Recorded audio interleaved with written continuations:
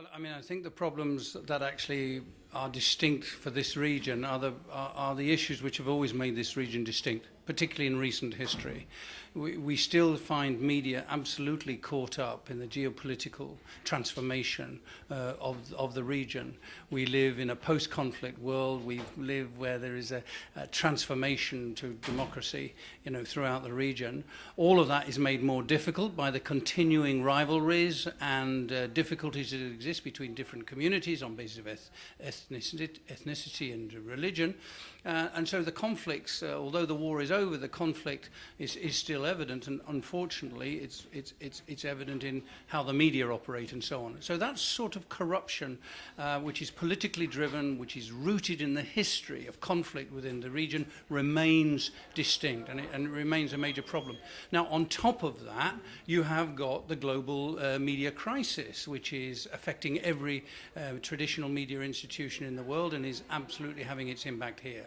What is that crisis? We see absolutely the question of the creation of a new information landscape, the decline of traditional media, the problems about maintaining standards and ethics and governance inside media, the problems of state interference in media, the problems related to public service value and so on, and the changes that are brought about by the internet and online communications. And we find that traditional media values are under great pressure now because there is a blurring of what you might call online expression and traditional journalistic expression. And the questions that everyone's asking is, who is a journalist, who's not a journalist, what's the role of media, what's the future of journalism? All of this is actually sort of vividly reflected in the debate here. And on top of that, there is the great financial crisis, which is affecting journalism caused by technological convergence and the lack of sort of good financial base for media. And on top of that, if that wasn't enough to cause a profound crisis, you've got economic austerity, you've got sort of a general economic downturn throughout Europe, but also which is really felt here. All of that combines to create what you might call a sort of profound crisis here in the region. And for journalists and for media and for media companies, it's a very significant crisis. I think that's why this project is really so important. It's about it's an observatory project. It's about casting an eye on the nature of that crisis and the nature of its impact on journalism and the quality of information that people get. If democracy is going to survive at all, it can only survive when people have good information at their disposal, information they can trust, information they can rely on, information which is up to date, information which will help them make the decisions, not just about who's running their government, but the decisions about how they live their life, what jobs they do, where they send their children to school, their question of health, education, and their jobs and so on. So we need good information, but we have less good information. The aim of the Observatory project is to strengthen integrity in media and to strengthen ethics in journalism and to strengthen governance in management of media.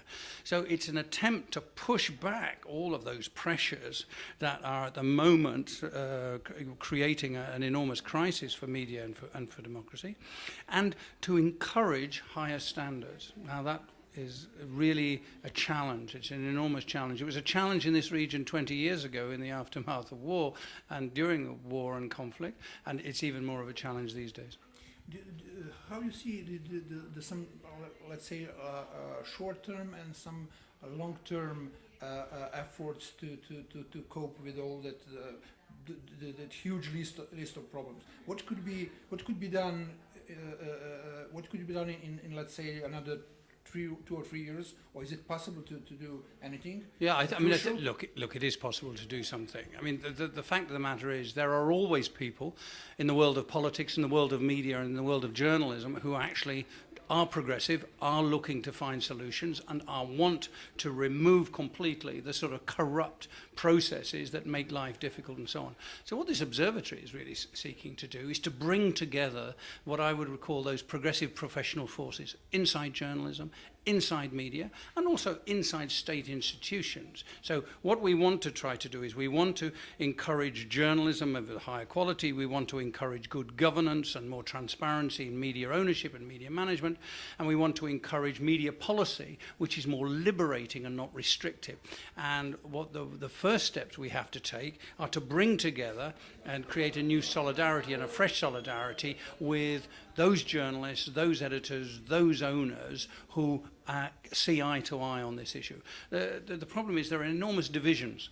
So the enormous divisions that exist between journalists and media and media organizations are an obstacle to creating process. So the first priority is to create more solidarity, more sort of common feeling among journalists, among editors, among owners, that they need to work together to try to sort of define a new agenda. Now, that actually isn't very complicated.